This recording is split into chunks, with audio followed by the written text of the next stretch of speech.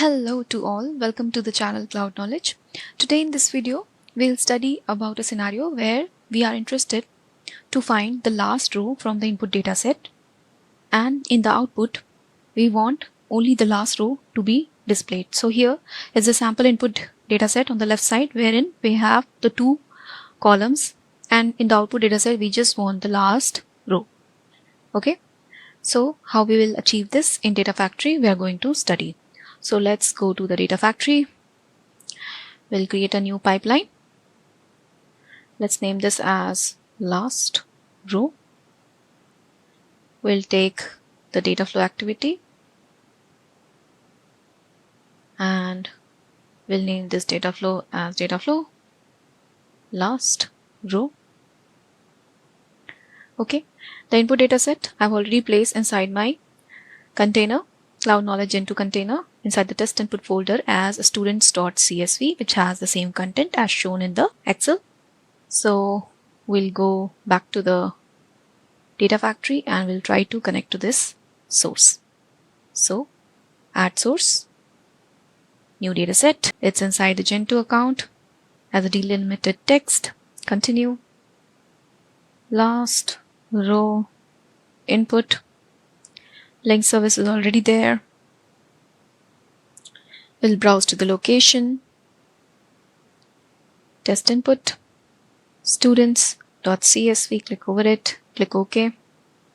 First row has header, import schema none, and then click OK. Let's preview the data. Since the data flow debug option is already enabled, we can simply click on refresh to fetch the data. So the data appeared here. Our next job is to assign unique row numbers to this data so that we can get the last row. Okay, because the data is having the ID and the marks and we do not have any key column which gives us the row IDs. Okay, so in order to assign unique row numbers to the data, we have the transformation called as surrogate key transformation. So we'll click over plus and search for surrogate key, which comes under the schema modifier section. Click over surrogate key transformation. Now the key column name we have to give here. So we'll write key col, let's say. Start value will be 1 and step value will be 1. So what happens is that in the surrogate key, we can configure this setting. Whether it should start from 1 or any other number, we can assign. And the step value is by how much number it should increment. So if start value is 1, the step value is 1 means 1 plus 1, then 1, 2, 3 plus 1 it will do. And similarly, if we want the step values to be changed, we can configure in the surrogate key settings. So what happens is that a key will be assigned as per our configuration in the transformation. So now let's go to the data preview of the surrogate key transformation and preview the data. So the data appeared, a key column is created which we have defined as key col, and the start value and the step value is 1, so it is increasing order number. It is just like row number. Okay, so we have got this assigned, this key column, to every row of our input data set. This will help us to find out the last row. The last row means the maximum key column value. As you can see, since we have assigned it in incremental order, the last row will be having the max key col value. So the logic is the max key col value. How we will get this max key col value? By the use of aggregation. And to achieve aggregation, we have the transformation called as aggregate. So we'll select under the schema modifier aggregate transformation. So we do not have to group by on any of the columns. We simply have to aggregate. So we will write here key col max this time. Okay, and in the expression we will take the max of column called key col, which is coming from the input data set. Click on save and finish.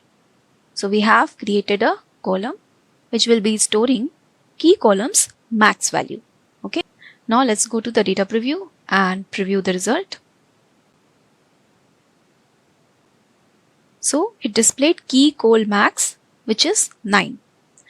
Now we have aggregated here and got the max value. Okay. Along with the max value, we want this data also, student ID and total marks, right? So in order to get that data, we can create a new branch out of the previous transformation, which is surrogate key transformation. Because here, if we go to the surrogate key data preview, we have all the 3 columns, and through aggregation, we got the max goal. So what we will do? We will create a new branch out of this surrogate key transformation. Okay, this branch, and after aggregation, whatever is the output, this key col max, we are going to join with this new branch of the surrogate key transformation, so that the key col of this surrogate key transformation and the max and the key col max, which we have got 9, we will do a inner join so that it will give us the value corresponding to the key col 9 and max key col 9 as 7D and 800, so that we will get the student ID and the total marks. So we have created a new branch out of the surrogate key, and after aggregate transformation, we can add the join. Okay, so the join transformation is added, and in the join settings, left stream is coming as aggregate, the right stream we will select as surrogate key 1. Okay, so here you can see a new transformation is join. Okay, if you click hover over it, surrogate key 1, it means the same. 3 of them will be marked as blue. Okay, because it's the same transformation. Now in the setting of the join transformation, inner is selected, let it be. In the left aggregate column, we will select key col max, which is giving us the value 9, and in the right we will select as key col. Okay, so that it will perform a inner join. Now in the data preview, let's click on refresh. So here we got the result, key col max, student ID, total marks, and key col. Okay, means the last row we have got here. Next we will add the sync and land it into, let's say, the same Gen2 storage account as a CSV. Last row output, link service already there, first row as header, this time in test output folder. Okay, then click OK. Go to the settings of the sync, output to a single file, set single partition on, and here we'll name the output file as last row output.csv. The setting is done. Let's validate the mapping. It's validated. Let's execute. Let's publish all the changes here and then perform a debug run.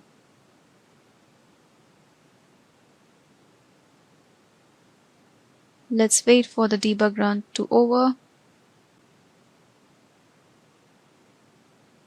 So the debug run succeeded. Let's go to the output location, which was inside the container, inside test output folder as last row output.csv. Let's click over it, edit. So we got the last row. And along with the 2 columns, student ID, total marks, we've got the key col max and the key col, the joining columns. So we can remove it here. Right after the join transformation, we can add the select transformation and we can remove these 2 extra columns. So let's click on delete and let's now preview the data. So the data appeared as expected. So the last row is here.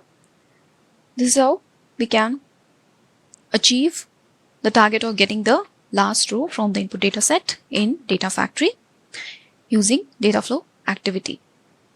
Thank you for watching the video. I hope you have understood the concept. Happy learning. Bye.